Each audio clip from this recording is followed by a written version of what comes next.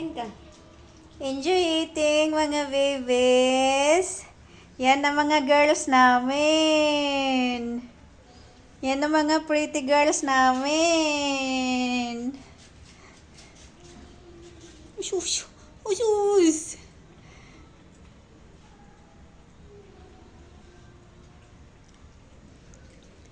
Si Duday, si Tiger, si Happy, si Batsugan, si Elsa, si Solar. Nakita mo yun, yung malaki.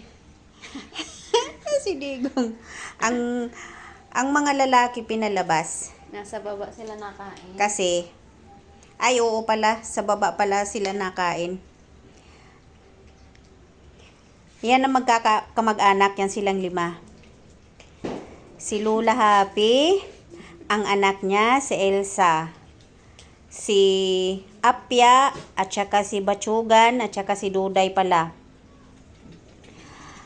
Ang anak ni Elsa, ito si Tiger at si Princess. Ito si Tiger ay ito si Tama. si Pungkan, Anak nito. anak ni Tiger. Ito si Tiger, apo ni Happy. At si si Pungkan naman, apo niya sa tuhod. Ang hindi nila kaano-ano ayun si Solar.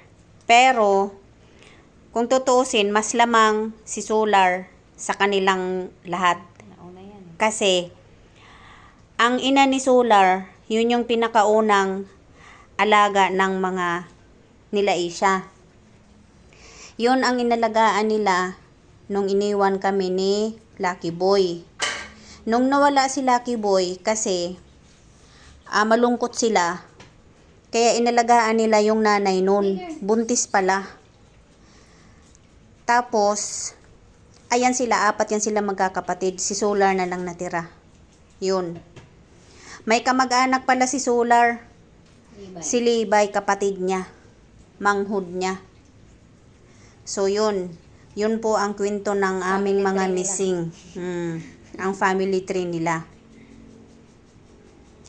Ito si Bunso. Ang kapatid to sa tatay mi. Ito, tsaka to. Oo. Ay, oo pala. Mag-anak pala sila. Anak ni Kami.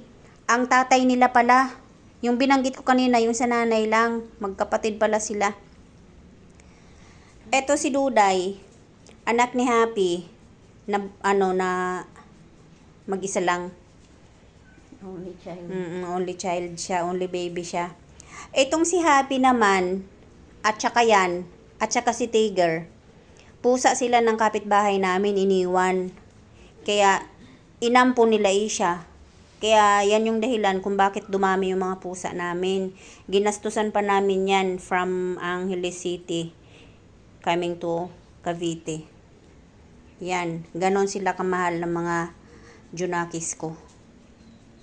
Kaya ngayon, may nadagdag na 3 dito sa Cavite. Si Princess, si Pungkan, at saka si Apya. Yun. Yun po ang kwento ng aming mga missing. Yun lang po. Merry Christmas! Ayun na ni Olay.